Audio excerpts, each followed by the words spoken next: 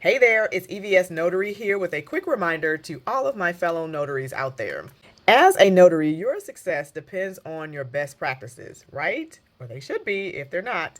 So you want to make sure that you are establishing yourself, have certain processes and procedures that you consistently follow, especially when you're taking general notary appointments. We know if you have a loan signing or a trust signing that comes from a signing company or an attorney, things are kind of set up for you. But as you accept general notary appointments, that is your responsibility.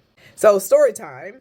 I had a situation yesterday in which reminds me, and this is the reason why I am doing this video, is the importance of being consistent and staying on top of your game. I kind of had a close call situation with the general notary appointment yesterday.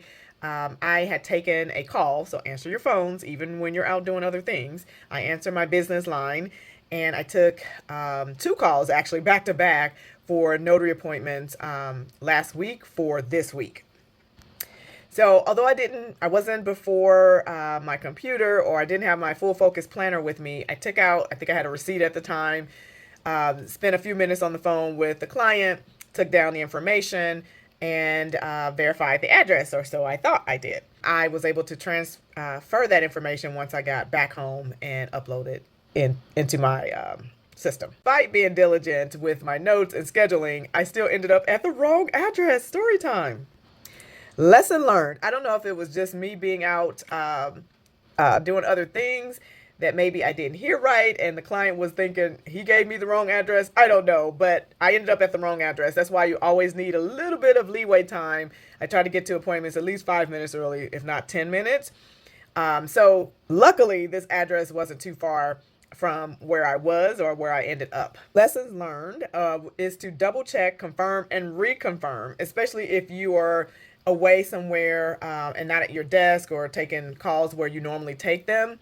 I know sometimes it throws my routine off, but I may have heard it wrong. I may have written it wrong. Who knows? I normally, as a best practice and a routine that I have, especially if I book appointments days in advance, is that I will send a reminder text or call at least an hour before the appointment, just as a reminder. We all forget, right? Or just need a reminder, hey, the notary's on their way, or let me grab the document or grab my ID.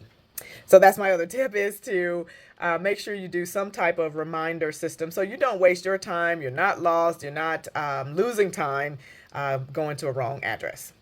So share your appointment management habits. How do you keep track of your appointments? Again, I'm a big fan of full focus planner, so I always have my planner handy if I'm not in front of my laptop, typically.